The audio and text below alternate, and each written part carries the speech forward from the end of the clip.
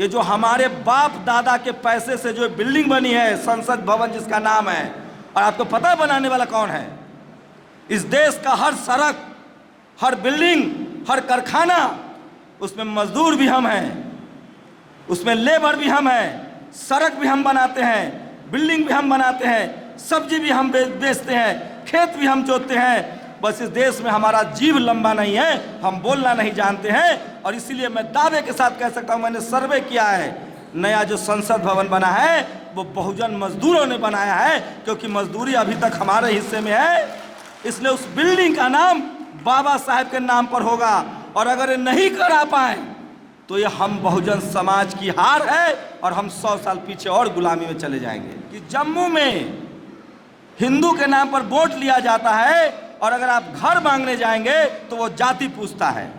और आजकल तो देश पत्रकार चला रहे हैं, टीवी अखबार के दम पर देश चल रहा है। आपको पता ही नहीं चल रहा है कि क्या हो रहा है। जो टीवी अखबार कह रहा है वही आप सुन रहे हैं, और टीवी अखबार आपको वही कह रहा है जो सरकार कहवाना चाह रही है। और जिस टीवी अखबार को आप देख रहे हैं उसमें इस देश के 90% लोगों के लिए कुछ भी नहीं है, वो आपका दुश्मन है। जाति के नाम पर, धर्म के नाम पर वो दुश्मन है, और वो बहुत बड़ा दुकान है इस देश में। अगर भारत के लोगों को संविधान बचाना है, डेमोक्रेसी बचानी है, तो एक आंदोलन आपको टीवी और अखबार के खिलाफ करना पड़ेगा।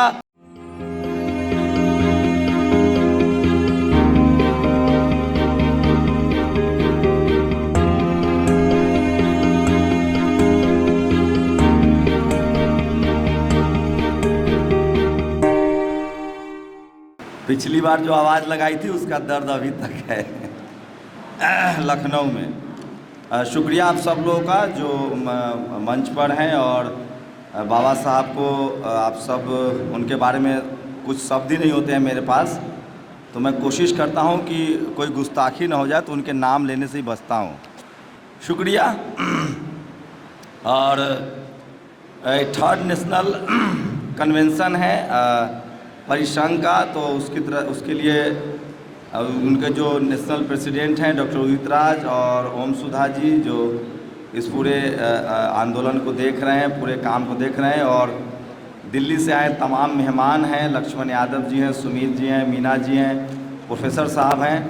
लेकिन सबसे ज़्यादा शुक्रिया आप लोगों का जो मंच के उस तरफ बैठे हुए हैं पिछले कई घंटों से और बात को सुन रहे हैं। जम्मू कश्मीर शानदार है, और जम्मू कश्मीर, यकीन नहीं मानिएगा आप लोग, जम्मू कश्मीर के नाम पर एक पार्टी को पूरे देश में वोट मिलता है। एक पार्टी है इस देश में जो जम्मू कश्मीर के नाम पर पूरे देश में वोट लेती है। जो 370 हटा था वो दरअसल कश्मीर के लिए नहीं था, वो पूरे भारत में एक मैसेज देना था। और मुझे अफसोस हुआ, जैसे ही मैं आज जम्मू कश्मीर में आया तो डॉक्टर अंबेडकर चौक पे एक प्रोटेस्ट हो रहा है, प्रदर्शन हो रहा है, और शेड्यूल कास्ट के लोगों को, कर्मचारियों को जानकर चुन चुन कर मारा जा रहा है कश्मीर में। और उन कर्मचारियों ने मुझे बताया है कि जब से 370 हटा है भाईचारा खत्म हो गया है, और जानबूझ के मारा जा रहा है, और ये कोई बोलेगा नहीं नफ़ा नुकसान के लिए। और दिल्ली में कहानी बताया जा रहा है जो सरकार चल रही है उसके द्वारा, कि जम्मू कश्मीर में शेड्यूल कास्ट, शेड्यूल ट्राइब को आरक्षण नहीं था, 370 हटने के बाद हमने आरक्षण देना शुरू कर दिया है। तो मैं ये कह रहा हूँ कि देखिए, भारत में जिस जम्मू कश्मीर में मैं हूँ, जम्मू में, वहाँ के नाम पर राजनीति होती है। अभी मैं जिनके साथ आ रहा था, मैं एक मामूली सा पत्रकार हूँ, और वो अब तो यूट्यूबर वाला पत्रकार हूँ, तो पत्रकार भी नहीं रहा। पहले टेलीविज़न में नौकरी करता था तो पत्रकार होने का तमगा था, घमंड भी था। जब उसके सारे पाप समझ में आए तो सोशल मीडिया चला रहा हूँ। तो अब यूट्यूबर कहिए, पत्रकार भी मत कहिए। वैसे बहुजन समाज को पत्रकार होना चाहिए, वो बड़ा घटिया काम है, लेकिन सबसे लिंक वाला काम है। जहाँ कोई नहीं जा सकता वहाँ पत्रकार जा सकता है। और आजकल तो देश पत्रकार चला रहे हैं, टीवी अखबार के दम पर देश चल रहा है। आपको पता ही नहीं चल रहा है कि क्या हो रहा है। जो टीवी अखबार कह रहा है वही आप सुन रहे हैं, और टीवी अखबार आपको वही कह रहा है जो सरकार कहवाना चाह रही है। और जिस टीवी अखबार को आप देख रहे हैं उसमें इस देश के 90% लोगों के लिए कुछ भी नहीं है, वो आपका दुश्मन है। जाति के नाम पर, धर्म के नाम पर वो दुश्मन है, और वो बहुत बड़ा दुकान है इस देश में। अगर भारत के लोगों को संविधान बचाना है, डेमोक्रेसी बचानी है, तो एक आंदोलन आपको टीवी और अखबार के खिलाफ करना पड़ेगा। और कल सुमित का मैं भाषण सुन रहा था, वहाँ संजोग से वो सवर्णों का ही प्लेटफॉर्म है, लेकिन एक ओबीसी का बन गए हैं अब आजकल एडिटर। तो मैंने ही सब नाम दिया था कि शेड्यूल कास्ट के लोगों को बुलाइए, पत्रकारों को। और शानदार बात सुमित ने कही कि मैं फूले पेरियार अंबेडकर की बात को मान के पत्रकारिता करूँगा। ये मेन स्ट्रीम मीडिया नहीं है, मनु मीडिया है। तो ताली बजाइए इस बात के लिए, और ये बात समझना पड़ेगा आप लोगों को। तो आपको कुछ भी हासिल नहीं होगा इस तरह के धरना प्रदर्शन से। जंगल में मोर नाचा किसने देखा? सोचिए टीवी अखबार क्या करता है। जिनको धर्म की लड़ाई से वोट मिलती है, 10 आदमी जाता है कहाँ? ताजमहल। 10 आदमी जाता है कहाँ? कुतुब मीनार। और टीवी वाला ऐसे दिखाता है जैसे पूरा देश कुतुब मीनार पर खड़ा है और ताजमहल पे खड़ा है, और आप मान लेते हैं। अन्ना के आंदोलन में 2000 लोग जुड़ते थे रामलीला मैदान में, हम लोग भी जाते थे, 2000।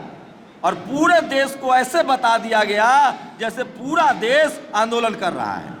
अब सोचिए, एक मैं नेशनल दस्तक चलाता हूँ, मैं बिहार के गांव में पैदा हुआ, रतनलाल सर मेरे पड़ोसी हैं, वो भी नहीं जानते थे कि मैं कौन हूँ, मेरा बाप कौन है, नाम क्या है, जाति क्या है। एक टुच्चा सा यूट्यूब चैनल चला के आज पूरा देश, पूरा मिडिल ईस्ट, पूरा साउथ ईस्ट एशिया और पूरा यूरोप मुझे जानता है बाय नेम। ये ताकत है मीडिया की। और सोचिए कि हम 100 पत्रकार बना पाएँ, 100 सोशल मीडिया अगर हम बना पाएँ तो इस देश में क्रांति हो जाएगी। सोचिए, अभी मैं 10 मिनट भाग के आया हूँ, जम्मू में ही 1000 लोग धम्म की दीक्षा ले रहे हैं, 22 प्रतिज्ञा। अभी विवाद चल रहा है 22 प्रतिज्ञा पर। आज मोदी जी के मंत्री अठावले ने भी कहा कि मैं पत्रकार हूँ तो खबर ही बताऊँगा, ज़्यादा भाषण की उम्मीद मत रखिए। तो आज अठावले ने भी कहा है कि हम 22 प्रतिज्ञा ले रहे हैं। ये 22 प्रतिज्ञा का एक मतलब है, बाबा साहब ने सारे तिक्रम, सारे जोड़ घटाव, गुना भाग करके देख लिया, और बाद में पता चला कि भारत में धम्म के बगैर, एक धर्म के बगैर कुछ हो ही नहीं सकता है। और डॉक्टर उदित राज ने बहुत पहले 22 प्रतिज्ञा भी ले ली और धम्म भी बदल लिया और नाम भी बदल लिया। तो मुझे लगता है कि डॉक्टर उदित राज जी को इस बात का प्रचार प्रसार करना चाहिए कि कैसे उन्होंने अपना नाम त्यागा और जो बाबा साहब ने 1956 में रास्ता देखा था उसको अपनाया। अब मैं आता हूँ मुद्दे पर। मैं जिस गाड़ी में अभी आ रहा था एयरपोर्ट से, वो नौजवान पढ़ा लिखा डॉक्टर है, शानदार गाड़ी चलाता है। पहले उनके नाम से मुझे कन्फ्यूजन हुआ, भारद्वाज टाइटल था, हम सकते में आ गए। हम कहा कि नहीं भैया, कुछ बोलना ठीक नहीं रहेगा, कश्मीर है, जम्मू है। बाद में पता चला कि वो शेड्यूल कास्ट हैं। हमने बात शुरू की, उन्होंने कहा कि जम्मू में हिंदू के नाम पर वोट लिया जाता है और अगर आप घर मांगने जाएंगे तो वो जाति पूछता है। ये होता है क्या जम्मू में? जाति पूछता है घर देने वाला, अगर वो जनरल कैटेगरी का है। मैं किसी को अपर कास्ट और लोअर कास्ट नहीं कहता हूँ, मैं बाबा साहब का संविधान मानता हूँ और संवैधानिक टर्म का इस्तेमाल करता हूँ, SC ST OBC minority and general.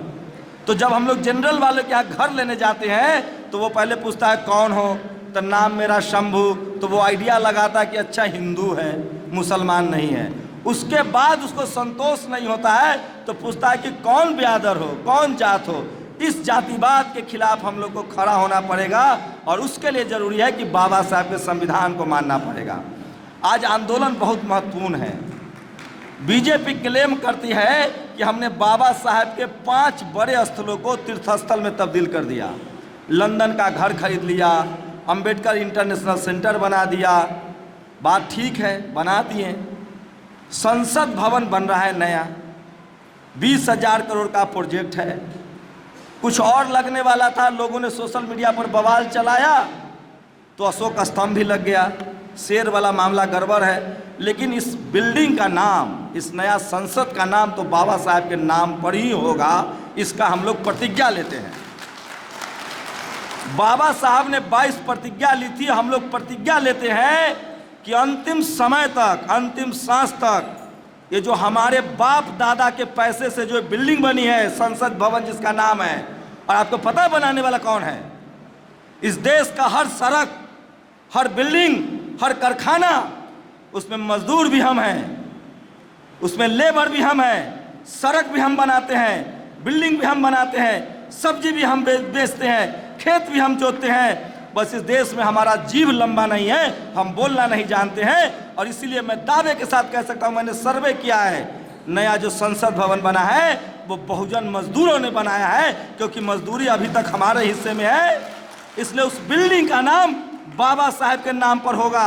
और अगर ये नहीं करा पाए तो ये हम बहुजन समाज की हार है और हम 100 साल पीछे और गुलामी में चले जाएंगे। आप कल्पना कीजिए, राजेंद्र प्रसाद सिंह की लाइन है, इस देश का एक भी SC ST OBC माइनॉरिटी का आदमी कलेक्टर बन जाए, राष्ट्रपति बन जाए, मंत्री बन जाए, रोज उसको दुत्कारा जाता है। बताइए, आपका मंत्री तुरंत इस्तीफा ले लो।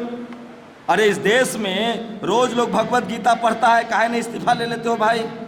इस देश में रोज एक धर्म का आदमी प्रधानमंत्री रोज कपड़ा पहनते एक विशेष धर्म का, क्यों नहीं इस्तीफा ले लेते हो? एक शेड्यूल कास्ट का मंत्री ने अपने धर्म को याद कर लिया, आपने इस्तीफा ले लिया, क्योंकि हम सामाजिक तौर से कमज़ोर हैं। और ये सुन लीजिए, अब ये स्थिति हो गई है कि इस देश में वो लोग ज़्यादा सुरक्षित हैं जिनके साथ पहले जातिवाद होता था, जो गांव में रहते थे, जो मजदूर थे, जैसे मेरे माँ बाप बकरी चराते हैं, भैंस पालते हैं। अब उन लोगों का जान खतरे में है।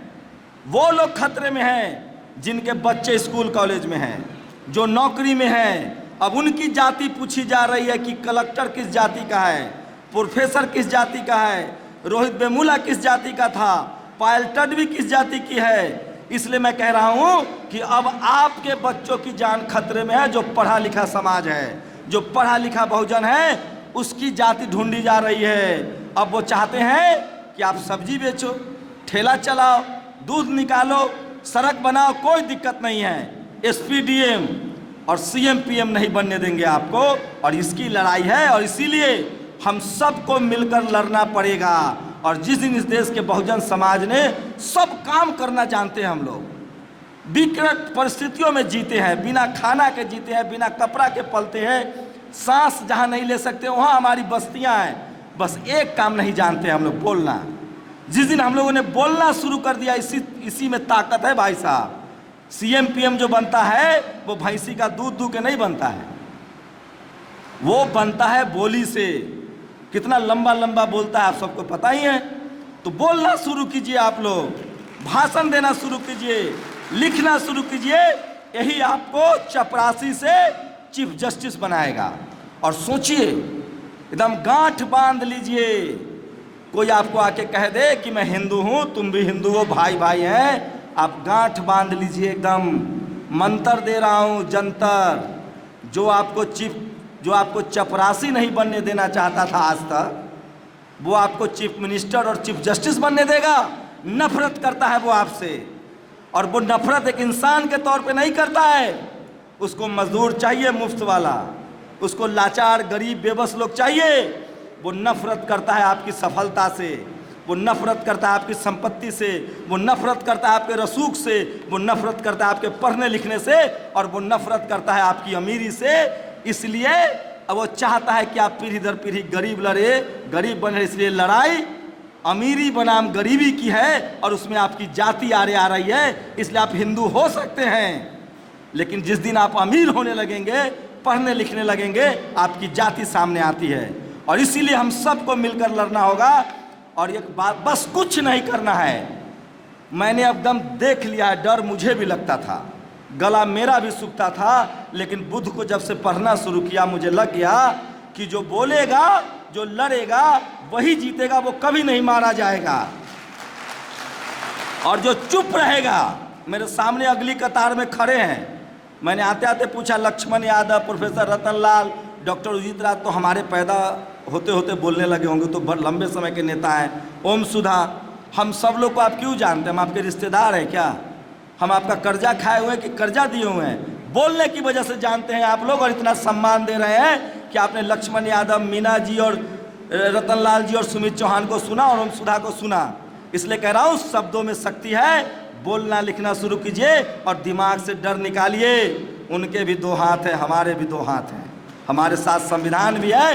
डरना नहीं है, खड़ा होकर बोलना, इनके आंख में आंख डालकर बोलना है।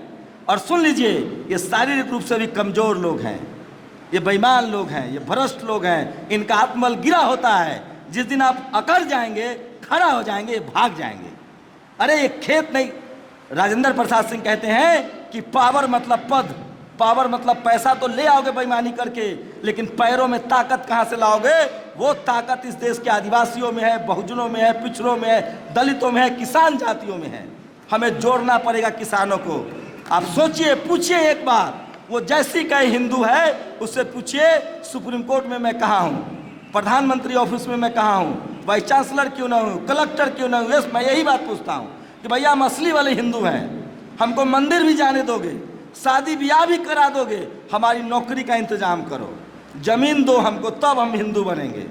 इसलिए मैं कह रहा हूँ ये दो अस्त्रों की लड़ाई है, एक सामाजिक लड़ाई है और एक सांस्कृतिक लड़ाई है, और दोनों का रास्ता बाबा साहब ने बताया है।